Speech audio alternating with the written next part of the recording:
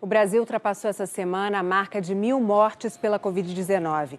Um número que se torna ainda mais preocupante porque a população está relaxando o isolamento necessário para desacelerar o contágio. Em entrevista exclusiva ao repórter Murilo Salviano, o ministro da Saúde, Luiz Henrique Mandetta, falou sobre as estratégias para enfrentar a fase mais aguda da pandemia e também sobre a preocupação com as mensagens conflitantes que os brasileiros vêm recebendo.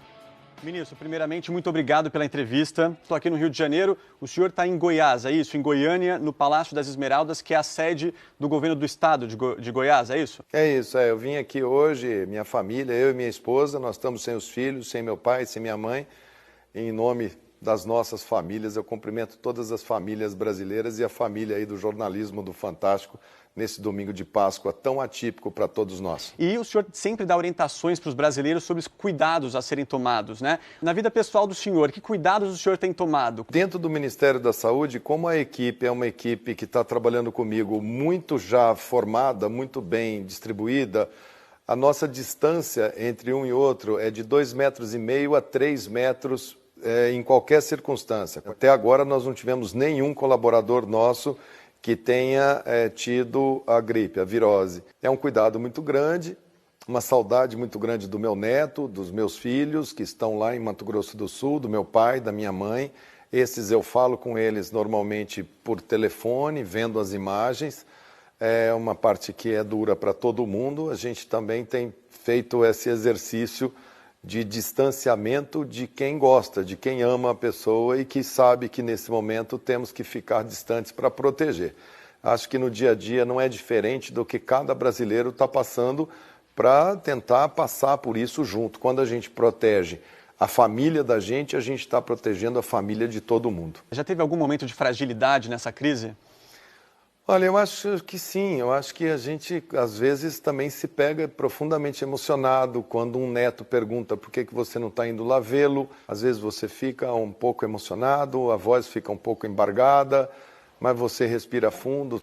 Ministro, vamos aos números aqui. Neste feriado da Semana Santa, o Brasil ultrapassou a marca de 1.000 mortes por coronavírus. Qual que é a expectativa para essa próxima semana? Bom, primeiro nós sabemos que esses números estão subestimados. Dentro do que a gente pensava lá no início, em fevereiro, fazendo simulações com outros países, fazendo adequações para o nosso clima, mais ou menos a gente sabia que chegaria a primeira quinzena de abril aproximadamente com esses números.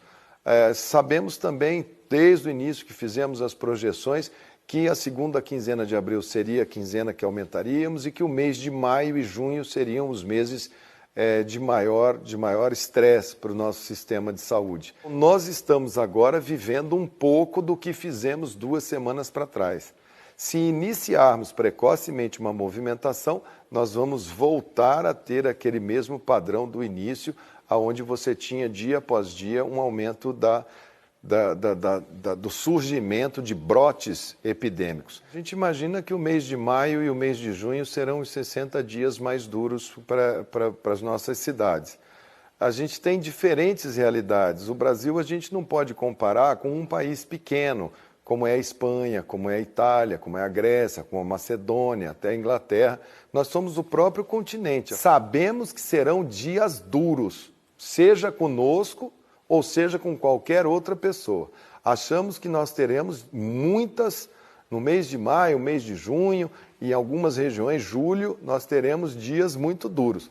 E o que são dias muito duros? Dias duros, dias em que nós seremos taxados de, olha, vocês não fizeram o que vocês tinham que fazer, por isso o sistema está entrando em colapso, olha, vocês deveriam ter sido mais duros, vocês deveriam ter sido menos duros, porque a economia está assim, está assado. Sempre vão haver os engenheiros de obra pronta, como a gente sabe. Pessoas que depois que você trabalha, que você faz o possível e o impossível para enfrentar uma situação, que depois da situação passada fala assim, ah não, mas isso deveria ter sido feito assim ou assado. Nós teremos uma confrontação entre o que somos e para onde queremos ir constante nesses meses agora que temos pela frente. Serão aí 2 a 3 meses de muito questionamento das práticas de todos. E, obviamente, que o Ministério da Saúde vai ser o ministério mais questionado de por que isso, por que aquilo. Então, essas semanas agora, o comportamento da sociedade é o que dita. Esse vírus, a história natural dele, como ele vai se comportar aqui, quem vai escrever essa história é o comportamento da sociedade. Não é essa coisa da polícia, do decreto, é como cada um de nós brasileiros vamos ter a consciência do cuidado individual, sendo o responsável pelo cuidado coletivo.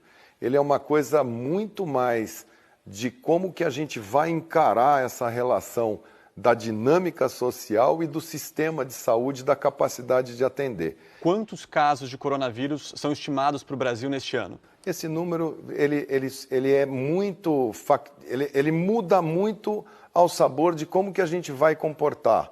Se a gente não fizer absolutamente nada e tocar a nossa vida como se nada tivesse acontecendo, se a gente falasse assim, olha, vamos todos trabalhar, deixa só quem tem mais de 60 anos em casa, como que o Brasil vai lidar com isso?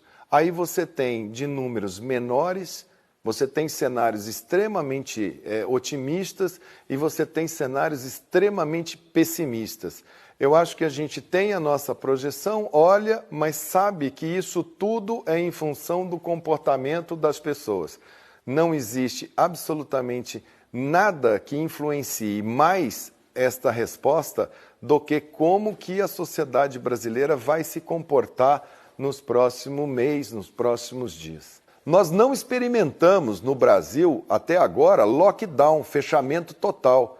Nós estamos com uma diminuição de mobilidade social importante, chegamos a ter uma diminuição expressiva, né? Relaxamos, estamos aí em torno de 50%, 55%, já chegamos a ter 70%. Se cada empresário, se cada setor achar que o dele é essencial e que ele tem que trabalhar e começar um efeito que a gente chama um efeito cascata, né? Se a gente começa a dizer que tudo é essencial, tudo precisa funcionar, nós vamos trabalhando dessa maneira, o Ministério da Saúde vai mostrar. Na outra semana, olha, essa atividade fez isso aqui com cada uma das cidades. Em várias cidades do país, como aqui no Rio de Janeiro, é visível o desrespeito de muitas pessoas, principalmente durante essa última semana do isolamento social. A que o senhor atribui essa falta de respeito, esse afrouxamento do isolamento?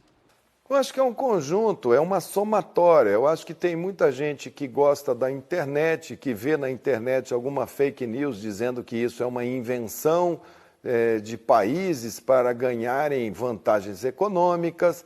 Outras pessoas que acham que isso é porque existe algum complô mundial contra elas, como se tivesse alguma solução com um passe de mágica e que não precisasse que ninguém fizesse qualquer tipo de sacrifício. Quando você vê as pessoas entrando em padaria, entrando em supermercado, entrando em situações, fazendo aquelas filas uma atrás da outra, encostadas, grudadas, pessoas que estão aí fazendo piquenique em parque, aglomeradas, isso é claramente uma coisa equivocada. Ministro, a partir de amanhã, o Ministério da Saúde vai distribuir para os estados mais de 1 milhão de testes, né? Entre testes rápidos, PCR, mas esses testes têm como foco profissionais de saúde, de segurança e seus familiares. Quando é que vai ter, de fato, um teste em massa da população? Não existe capacidade de se fazer uma testagem de 200 milhões de habitantes. E às vezes você faz o teste e ele dá negativo, você tem que repetir esse teste com a mesma pessoa uma vez, 2 vezes, 3 vezes, 4 vezes. Então a gente vai trabalhando basicamente com os trabalhadores que nos são mais importantes no momento. E nós vamos testar principalmente aqueles que a gente mais precisa que voltem ao trabalho. Porque se um médico, uma enfermeira se contaminou e já tem os anticorpos, ele trabalha com muito mais tranquilidade e a gente sabe que ele não vai mais adoecer daquela doença. Então esse teste a gente primeiro faz para eles.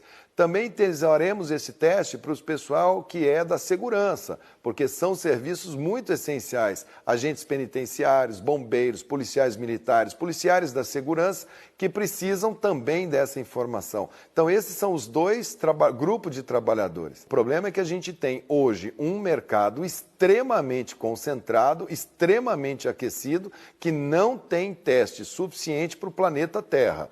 Então, se a gente se comprometer que nós vamos testar todos os brasileiros, hoje não seria correto frente ao mercado que a gente vê. O planeta Terra inteiro quer o mesmo produto que nós queremos. o que, portanto, nos faz ter muita cautela em termos de nos comprometer com se nessa semana teremos ou na outra. O Brasil é sim um sistema forte e que está tentando trazer o melhor ponto de equilíbrio para os brasileiros. Ministro, se não tem uma testagem tão ampla da população, a gente não tem como prever exatamente o avanço da doença. A gente está no escuro? Não, a gente não está no escuro porque mesmo com essa testagem, a gente tem modelos matemáticos. Então, a gente com esses números, com esses exames que nós fazemos, nós temos modelos estatísticos e modelos matemáticos que nos permitem dimensionar qual é o ritmo, para onde está indo, em que bairro está, em que cidade está, se está se deslocando para qual faixa etária, se está internando quem, qual é a capacidade instalada. Nós temos modelos matemáticos que nos permitem fazer cálculos muito bons, que nos dão muita informação, sem estar testando 100% das pessoas. Não tem receita de bolo. O que tem é o Ministério da Saúde agrupar isso e ir mostrando e dizer, olha, tomem cuidado aqueles que estão no nível mais alto de transmissão. E aí cada governador, cada prefeito sabe o que está fazendo. O ministro da Saúde foi cuidadoso ao falar das atitudes do presidente da República. Ministro, o senhor tem dito nas coletivas que médico não abandona paciente, mas ao mesmo tempo tem falado que precisa de paz para trabalhar, tem reclamado de solavancos internos, houve insinuações de demissão do senhor. O próprio presidente da República não respeita as orientações do Ministério da Saúde seguidas vezes. Ontem mesmo, o senhor e o presidente foram até Águas Lindas de Goiás, na região de Brasília, acompanhar a construção de um hospital de campanha. E na frente do senhor, o presidente fez questão de cumprimentar apoiadores, fazer aglomeração. Uma mulher chegou, inclusive, a beijar a mão do presidente. Essa relação do senhor com o presidente, de alguma forma, constrange o senhor? Olha, ela preocupa, porque a população olha e fala assim, mas vem cá, será que o ministro da Saúde é contra o presidente, né? E não há ninguém contra nem a favor de nada. É o que eu digo, o nosso inimigo, o nosso adversário, o nosso... Quem a gente tem que ter foco para falar, ó, é esse aqui que é o nosso problema, é o coronavírus, é ele que é o nosso principal adversário, nosso principal inimigo. Se eu estou ministro da Saúde, eu estou ministro da Saúde por obra de nomeação do presidente. O presidente olha muito também pelo lado da economia e chama muito atenção o lado da economia. O Ministério da Saúde entende a economia, entende a cultura, entende a educação, mas chama pelo lado de equilíbrio de proteção à vida. Eu espero que essa validação dos diferentes modelos de enfrentamento dessa situação possa ser comum e que a gente possa ter uma fala única, uma fala unificada, porque isso leva para o brasileiro uma dubiedade. Ele não sabe se ele escuta o ministro da Saúde, se ele escuta o presidente, quem é que ele escuta, né? E numa situação como essa, a quem ouvir? A gente pode ter uma disciplina e pedir muita disciplina para as pessoas. Por favor, disciplina significa faça você também o seu sacrifício para a gente bloquear o máximo possível. Eu não posso chegar e falar assim, essa pessoa está fazendo isso aqui, isso é certo, isso é errado. Eu estou dizendo qual é o caminho, vamos por aqui. Se vocês vão a um médico e o médico fala, olha, não coma doce porque você é diabético, tem pessoas que comam doce sistematicamente, mesmo sendo diabético. A gente pode dizer para ela, olha, você vai ter problema, seu rim vai parar, você pode ter déficit de visão, amputação de perna, e a pessoa continua comendo doce.